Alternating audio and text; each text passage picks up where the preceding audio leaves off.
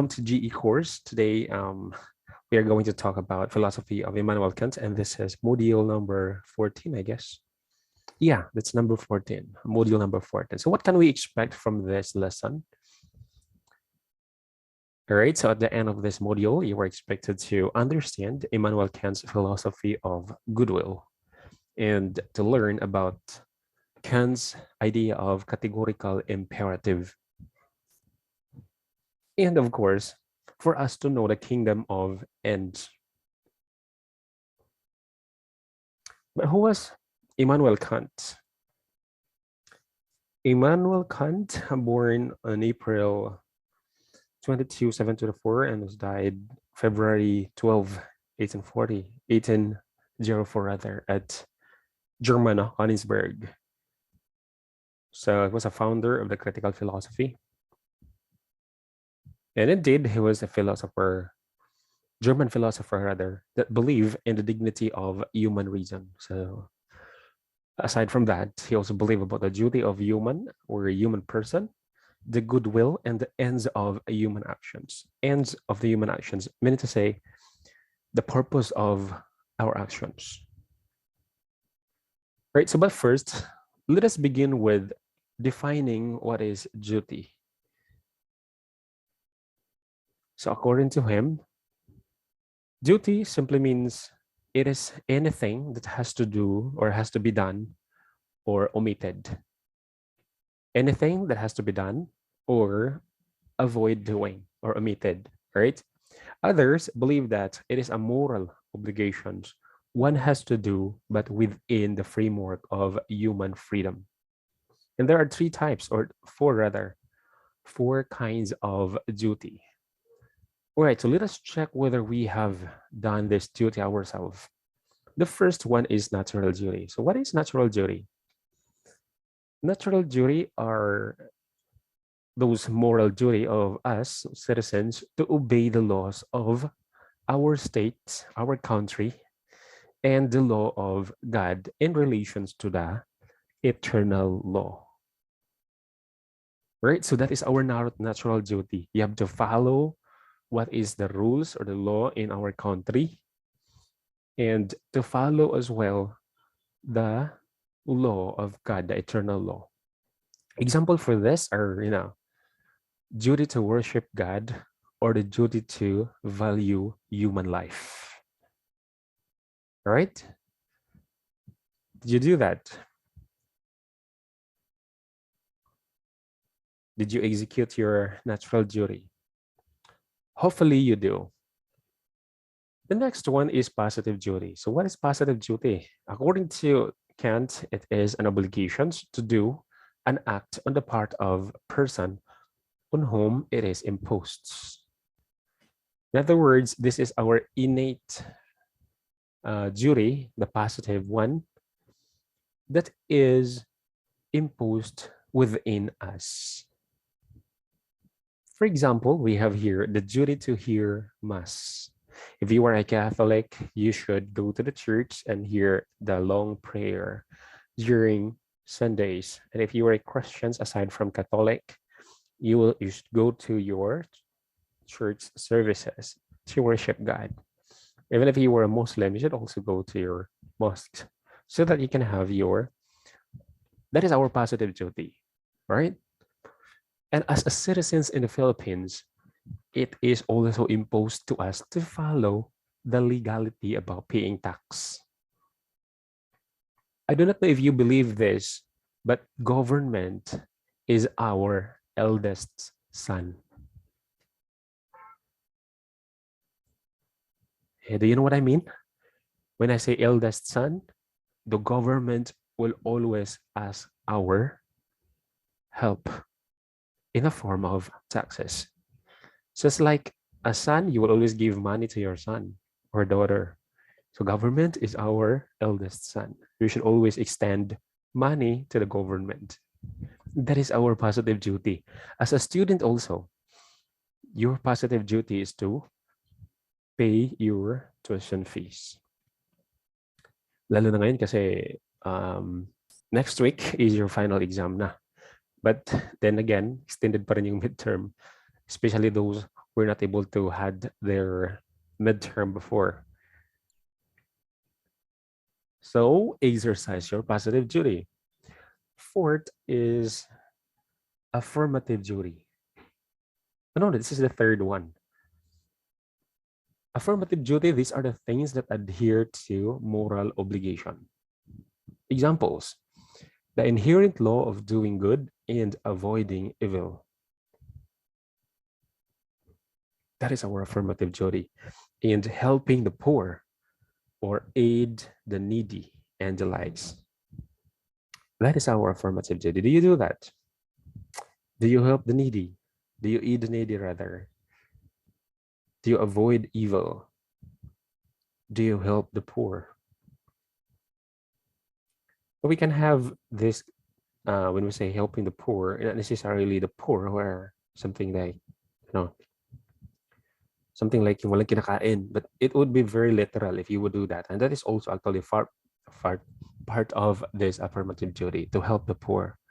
So what I am trying to say is, aside from the literal poor, you should also help your brothers and sisters, your friends who are in need, poor about something. For example, a relationship, you give advices to them, poor about a relationship. Right? Our negative duty, this is something that we should not do. Okay? When we say negative duty, these are the things that we avoid to do. This is part of our moral obligations to avoid or refrain from doing something. Such, for example, smoking. We should not smoke. Littering. We should not litter our garbages anywhere. Ito, paborito ng mga bata, mga bagets, loitering. Tumatambay. Avoid loitering.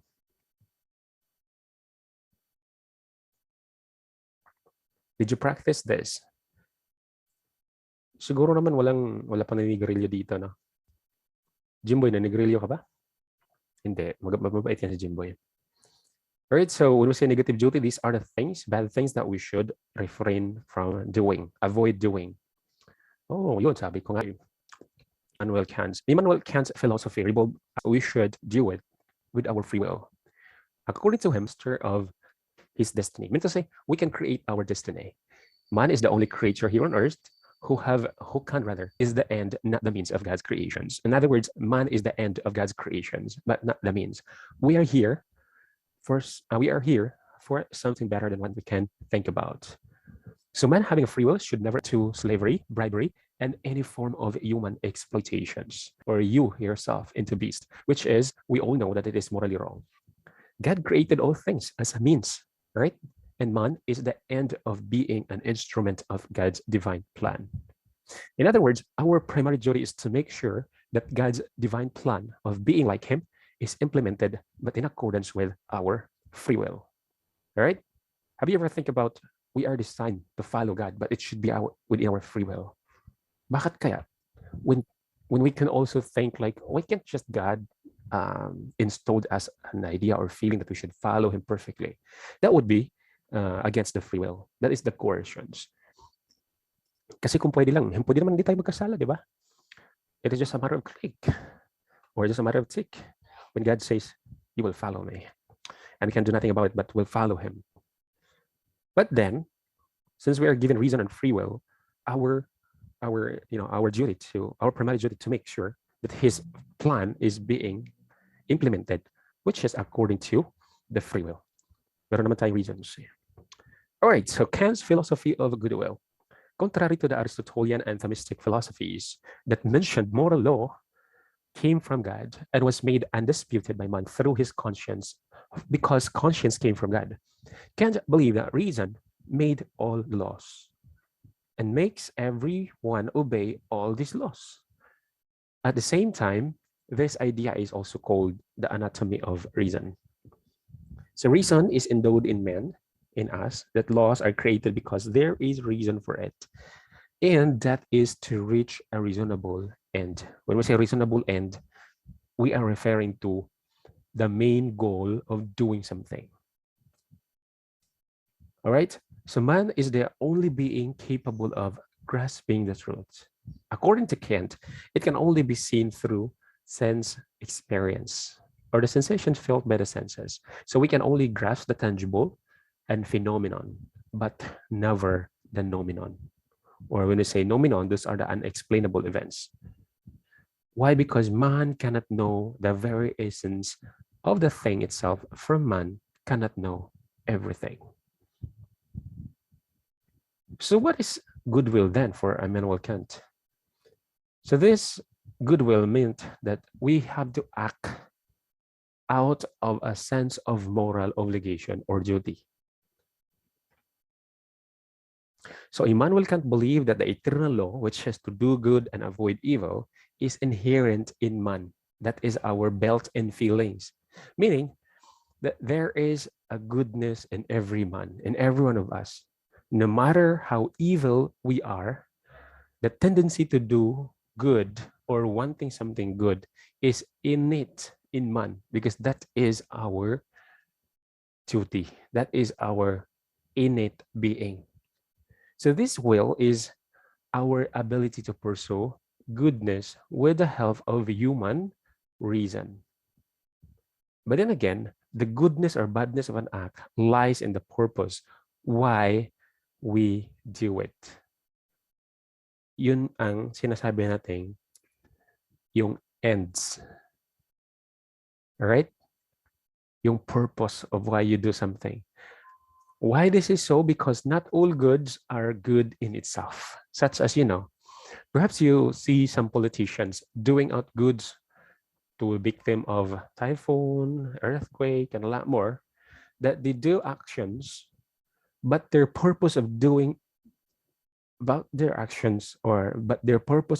so is to degrade the opponent. Do you know what I mean? Yun bang gumagawa ka ng kabutihan just to highlight your goodness and also to highlight how bad is the opponent. So that is not a good thing, right? So in other words, not all good deeds have good purpose. So the end, or what do we call this? The kingdom of ends or in purpose is not that good as it should be. Now let's move on to the empirical imperative. What do you mean by categorical imperative? Empirical yung sinasabi ko. So what is categorical imperative? When we say categorical imperative, this is the power, the philosophical idea about someone who can do anything and that someone have the power to make the actions universally accepted. In other words, you have the power to influence other people, given that your action is good. And there are two kinds of imperatives. These are the hypothetical command and categorical command. So hypothetical imperative, these are the commands that are dependent on the goals to be fulfilled, such as commands that apply only in particular circumstances for particular people who happen to have this desire and goals that they wanted to have. For example, if you want A, then you must do B. Or simply, if you want to avoid bad breath, what you should do? You should always brush your feet. Or if you want to fulfill your scholastic needs, then you should go to school, attend virtual classes. Right? That is hypothetical imperative. You understand? Next is categorical imperative. So this is a theoretical actions that someone has the power to make it universal and acceptable. So these are the commands that are universal and final. Right? So the other words of impartial is final. According to Kant, it is a rule of conduct that is unconditional or absolute for all variables or agents, whatever reason is that. So the validity or claim of which does not depend on any desire or end. In other words, it doesn't matter what is your purpose of doing so, because this is universally acceptable and good. Let us say, for example, universal love. You wish for a universal love, and then you don't care about what is your purpose, why you do have long for, why you want universal love, world peace, all right? So whatever your purpose, why do you want to have a world peace? That is for the good of every people in the world. That is categorical imperative. How about the kingdom of ends? So the kingdom of ends, Kant or Immanuel Kant believe in the dignity of human reasons, but also of the free will. So we have the reasons and we have the free will. So as mentioned in the past modules that we had, man is endowed with free will, okay, and human reasons, which is used to decide whether if we are coerced, then our freedom of choice is hampered, making our freedom of choice or making us perhaps less a human being. In other words, if we cannot exercise our free will and human reasons, we are actually we call this? We are making ourselves less a human being. Parang dinidegrade yung dignity natin. So the dignity of man should not be compromised. The kingdom of ends is the idea of a state which is equal to Saint Thomas More rather on about the idea of utopia. And then Kant defined it as a systematic union of different relational beings through common laws. Take a look at this. A systematic union of different rational beings through common laws. Maybe you will ask questions. Is it attainable? Is it possible that we can have a union of different rational beings? Is it attainable? Can we have the systematic union of different rational being, knowing that we are coming from different walks in life, we have different understanding, we see different things at the same time, and a lot. But take a look at this. Immanuel Kant believe it is attainable because, according to him, as long as men think the same way, which he deemed as categorical imperative, it is attainable. And aside from that idea, when these ingredients is followed, that universal union can be attained. So what are the considerations that we need to follow? First, the members. This refers to the reasonable free will persons who obey universal laws. So in other words, all the people in the world should know the universal law and they should follow it with their reason and free will. That is one good ingredient that everyone, or we can have a systematic union. The sovereign, the leader, it is perceived to be God who is, for he is not subject to any law, but has no power to break the law itself. He's a role model that our members will subscribe to.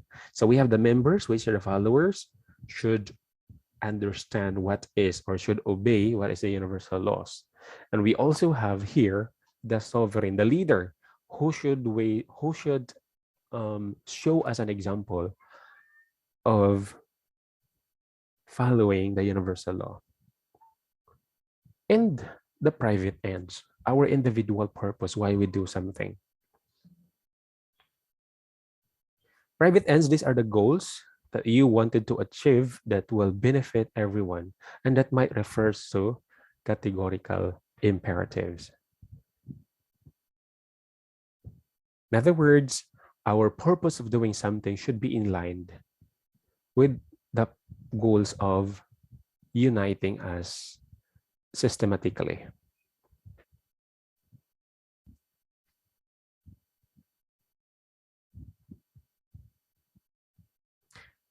So in this kingdom, human degradations, slavery, And exploitations for the private ends that other people wanted to attain are for everyone's benefit.